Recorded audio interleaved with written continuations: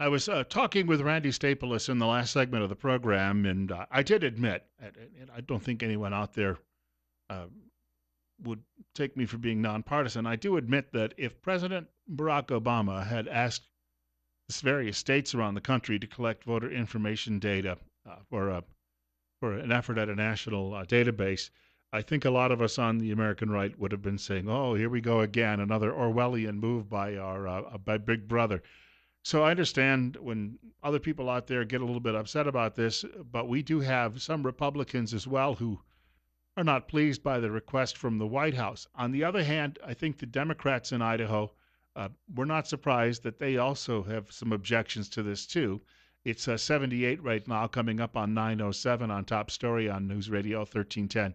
KLIX and newsradio1310.com. Top Story with Bill Colley. And our guest in this segment of the program is the Minority Leader of the State Senate, Democrat Michelle Stennett, and she joins us this morning on the air. First of all, welcome back. Good morning, Mr. Colley. Thank you again for the invitation. I was going to say, I think a lot of people, you're going to have to face those charges that obviously, as Democrats, you're just unhappy with this because, and I'm sure you see some of your Republican constituents on the street as well in Blaine County, and you may have a smaller percentage of them, but they're probably telling you as well that they feel that some of the objections are politically motivated. What's your response?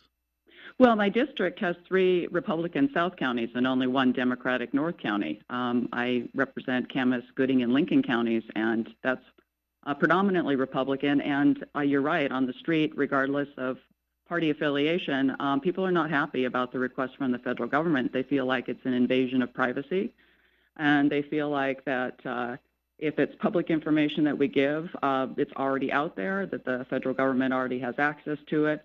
If it's anything more personal, then you start getting into whether it's legal for anybody to ask for any more information. There are only certain standards or requests that people can make for Social Security numbers, for instance. And so they're very concerned about it being an overreach. Well, and I understand as well, too, that there are probably in Idaho, because of the nature of the state having such a what you call a strong libertarian strain, Yes. that there are people out there, no matter what their political affiliation, they don't like any request from the federal government. Uh, but that doesn't necessarily make it wrong. It just means it runs counter to our personal regional culture. But I would say beyond that, if we had a good reason for why it is this information is being requested, we might have a better understanding of what the need for it is. But they have not been clear why they need this information. Uh, could we fill in the blank and say it's because there's a belief that there are a lot of people out there who may be on voter rolls who are voting illegally? Is there proof of that? Would we find it out if we actually had a national database? Would that give us the proof? I'm not sure, but then we have to say if that's the reason the request is being made, I would prefer to know if there is sound argument that there's the need to take all my personal information and use it for something perhaps beyond what they say they're requesting it for. I mean, I can understand the suspicion and the concern.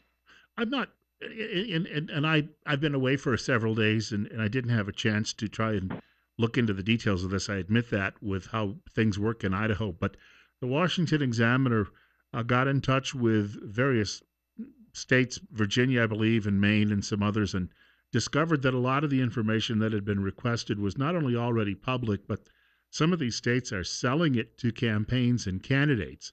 And I guess the question would be, do we do the same in Idaho? Is this are we just making a lot of noise about something that's already been made available? But if that's true and all they are seeking or all we need to send them is public information that's already available, why should the state pay to compile information the federal government already has access to? There was a fellow named Chris Kobach who's on this commission, and he did say in his request that if certain states, for instance, when it came to Social Security numbers, would protect that information by law, then the commission would not request it. In other words, they'd respect the various state laws around the country. So it appears that there was some effort at compromise in the very beginning with this request. Well, the list that was initially received by the Secretary of State's about what is required has to do with all of your name information, your address, how you voted for it since 2006, your Social Security. I mean, it was a very extensive list, and some of it not public information, some of it public information. And having spoken with some of our executive branch, I think there is hesitation about sending it, though we do have a meeting this week with Secretary of State Denny about talking to him about what his thoughts are, and because it will be the decision of the Secretary of States of each state, so it will be his decision. Is there enough information that he feels, and the governor in his consultation, that justifies the amount of information that's being requested and what the state will decide or not decide to send, as other states have already, both Democrat and Republican, have opted out on some of it and have chosen to do some of it. So I think it's going to be our personal, each state's right. It's a state's rights issue about what it is that they will send over to the federal government, and I don't think our state has decided yet what that is. I should note too, and point out that what you mentioned about the fact that it's not just Democrats who've objected, and we'll make that clear for the record that many Republicans in Mississippi, the Republican Attorney General said the federal government could go jump in the Bay or the Yes. Gulf of Mexico. Yes, yes. So it has crossed party lines. Here's a question: do you have time, perhaps, for some calls from listeners today? Yes, I do. I want to make it clear to listeners that we're looking for questions and no 3 or 4 minute grandstanding comments, because you take away the senator's time in that situation. But caller, you're up next on the air. If you've got a comment or question, make it quick. Go ahead. Good morning. Why does the Democrat Party not call itself the Schumerite Party, since they're trying to impede the government, the lawful function? Everything they want to do is to impede it. Sorry, I think we lost him, but the Schumerite Party, what's your take? I'm sorry, I didn't quite hear the first. Did he say, why is the Democrats the Schumerite Party? Is that what he said? The Schumerite, as in Chuck Schumer trying to impede the effort. Yes. Well, I don't have any control about how the federal Democratic Party and or the Republican Party handle themselves. I can say that as the leader of the Democrats in this state, we tend to work very well with our colleagues, and we aren't obstructionists. We reach across the aisle, the work that we do. I can speak for the Senate. We have very good relationships with our Senate colleagues and work together. About 80% of what we do during a session, we vote on together. There is the 20% that we will disagree, but we come from different demographics and different economics and different religions, and there is always going to be that 20% that we will not agree upon, and should be, because we represent very different regions. True. And so true. I just feel like us Democrats in Idaho do reach across the aisle and are not obstructionists all the time. It's 78 right now. We're coming up on 9:15. Michelle Stennett is the minority leader of the state Senate here in Idaho, and we may have the same caller back who we may have lost, or we have a second caller. Caller, go ahead. What's on your mind? Good morning, Ms. Stennett. I think you're doing a fabulous work. Now, the reason why is Greg Pellis from a reporter for The Guardian has noted that they've been purging and cross-checking. Hope Act has been cross-checking number of minorities out the list, just in the mere fact that he's even received a condemnation and a fine for ethics violation. Do you think it's the right thing for any government, statewide, to give them anything to somebody that's already been noted and he's messed up? Thank you. I think the caller's point is: are they trying to block people legally from voting?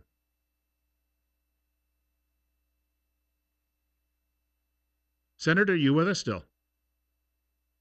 Oh, I'm still here. Can you hear me okay? I can. I think that the caller's point was that his concern was that Kobach and his commission is actually looking to purge voter rolls of people who are legally allowed to vote. In other words, to hamstring the minority vote. Is that a concern?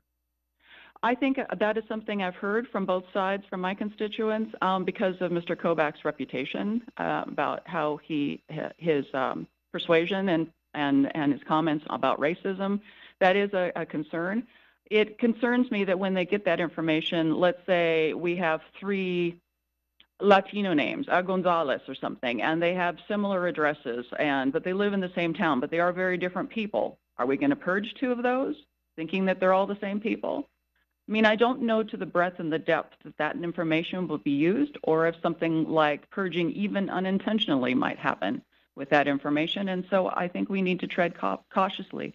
The other thing that concerns me about the state sending this sensitive information to the federal government is they're requesting it electronically. Do we have hacking? Can other people get access to this information? I think there's a lot of pieces of this that we should have a clearer picture of before we take action. And there's going to be a question too, I guess, of the burden of proof as to who is if we find someone and there's a question about whether they are legally registered to vote or not. There's going to be a lot of long legal issues that could ensue in all of this, right? And that could be quite costly. I agree. Yes, it could be. And at how far will we take this, and at what expense? We have another caller with us. Caller, you're on the air with Michelle Stennett on KLIX. Go ahead. Good morning, Bill. The whole thing is very costly. Look at all the money they spent trying to figure out the Russians. But at the same time, they do not want to do anything to prevent the dead people on the East Coast from voting. Thank you for the call. Are you aware, do we have dead people voting in Idaho? I mean, I'm sure it's possible that we still have some of this going on. Does it influence elections here? I feel, and I've been watching and participating in Idaho politics for 23 years, and we have a very clean system. It is rare that I think maybe 3 times in the 25 years I've been watching it, has there been somebody who may have voted twice, for instance, and it was an honest mistake by the voter. They had just made a change of address or something like that. It is rare that it happens. I think we do a pretty clean job of it in our state. I was reminded of a story. An uncle of mine came home from the Navy after 6 years, and he was told by my grandfather, well, register as a Republican because that's the only way you get ahead in our town. And he went down to register to vote, and he was told, you've already registered, and you've been voting in the last couple of election cycles. So it can happen, but I don't know. It can happen, and it's an honest mistake. I mean, it's not the idea that people are willfully and intentionally voting more than once or something, I just have not found in this state. We have to take a short break, but can you spend about 5 more minutes with us following the break? Yes. Michelle Stennett, Stennett is our guest, and of course, she is the minority leader, leader of the Democrats in the Idaho State Senate, and she's going to spend a few more minutes with us too, because while she's with us, one of her colleagues over in the House was telling me a few weeks ago that this time of year, while it seems like things are relatively quiet at the state capitol, that there is actually a lot of discussion going on in order to prepare for an upcoming legislative session, that these discussions go on throughout the year, especially among leadership. That's on the way in just a few minutes. We're already at 80. Not going to reach into the triple digits today, we're told, but gosh, looking at how quickly things are warming up this morning, don't necessarily bet on that. We've got more on the way on News Radio 1310, KLIX, and newsradio1310.com. Bill Colley with you as well on Top Story this morning. Our guest for the next few minutes, and she's here until about 9:30 with us, is Michelle Stennett. She is the minority leader of the state Senate here in Idaho. We spent the first a dozen or so minutes talking about the request on voter registration information by the commission set up by the Trump administration by executive order. I believe it was May 8th or 9th. It's 9:23 right now. Bill Colley with you on Top Story 277 on News Radio 1310, KLIX, and newsradio1310.com. And as she pointed out, there was a meeting among some legislative leaders and Idaho Secretary of State Lawrence Denny about how the state is going to respond to this in a few days. But as long as she's with us this morning, we have a few more minutes. I wanted to open this up just a bit, Senator, and ask, most people think that the summertime is spent, that all of you are putting your feet up and relaxing, waiting for the next session. This meeting with the Secretary of State points out quite well that there's actually year-round business going on at the Capitol and among legislators. So I guess there's a lot of discussion looking forward really all the way to next January about what we'll be seeing at that next session when that comes along. Well, it'd be nice to put our feet up, but it doesn't happen. And you're right. The work happens in the interim so that we're better prepared for legislation that we entertain during the session. And so, for instance, I've been on the Workforce Task Force, which was put together by the governor to address the making more available for Idahoans to do certification and apprenticeships and education to be a skilled workforce for all the jobs that we're bringing into Idaho. And so it was primarily a group of industry, all various types of industry, education, trades representatives, to see what we could do to create a better jobs, skilled workforce for the industry that's coming in. And so the recommendation was put to the education committees and to the governor at the beginning of this month.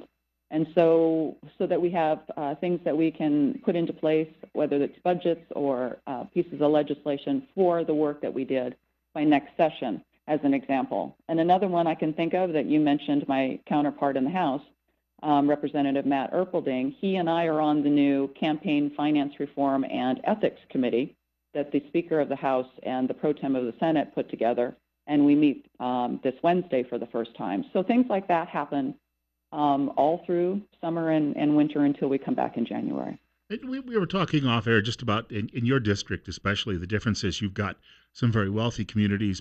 Then on the other hand, you mentioned you referenced representing Camas County, and I've been to the county seat there, and sometimes walking down the street during when the dust devils come up, you get the impression it's a little bit like the movie The Last Picture Show. There's some areas that obviously are struggling. We're seeing a lot of growth in the state, but there's that concern that it's not in some of these rural counties just aren't seeing it, where most of it seems to take place in the urban centers. That's correct. And so I was very honored to be one of only 2 legislators on that workforce task force, because I am very concerned about bringing our more rural, which we're predominantly rural communities, and my district for sure is all rural. And how do we do this to reach out and create that kind of employment in those areas outside of the urban centers, which are doing very well, like the Magic Valley or Boise. And so even Coeur d'Alene, there are areas that are moving along very well, but we have to reach out to the rural districts. And so this was part of the conversation of how we broaden that kind of base to the rest of the state. We've got about 2 minutes to go. I'm going to try to squeeze in one last caller with us. And caller, you're on the air with Michelle Stennett. Go ahead. Yeah, I'll make this quick. There's so many things I'd like to talk to you, Michelle, about, and about climate change, whether or not dairies are harmful to the environment, and other things, but we can't do that. Out of the Republican governors, because one of the Republican men that's running for governor is going to win, which one do you support? And I'll hang up. Well, so which one of the Republican gubernatorial candidates do I support? Is that what the caller asked? Yes. Well, I have to say that I would have a bias only because I've worked with him for so many years. Is Brad Little, who's running. We have a wonderful working relationship. I know how he operates. He's been even-handed and thoughtful with the work that I've done with him. But I am like probably most Idahoans. There are others that I have to get to know better. I don't know Mr. Alquist as well as I should before I would make a decision about that. And of course, I'm also going to have to look to see what the Democratic candidate is, which hasn't been named yet. So, but I just do feel like I want to give a shout out to the good work that the Lieutenant Governor is doing. But there is quite the diverse field that he's up against with this position with the gubernatorial elections for next year. But hopefully we will have a good candidate on the Democratic side, and so I would just have to say we'll see who the final lineup is. We only got about 30 seconds to go, but Randy Staples and I reflected a couple of weeks back that there's the possibility there could be no name on the Democrat side. I mean, there will obviously be someone, but at the moment, it seems that no one is really willing to take the risk. It's yes. I mean, I feel like our election processes are starting earlier and earlier and earlier. So, it used to be that you were able to decide if you're going to run for a position later than we certainly are doing now, and that happens on the federal level and the state level anymore. And so somebody has to be prepared to be campaigning and working hard for what seems like now a year and a half to 2 years before the election cycle or before elections. So it is something you'll want to consider because it will take a big chunk out of your life for quite some time. And I think whoever decides to do it needs to be well prepared on the issues and do their homework and be able to speak to what they plan on doing for Idaho. And so whoever that choice is will, when they make that decision, they should be prepared. So, Senator, I've got to let you run. I've got a hard break, but we thank you much for your time today and look forward again to chatting soon.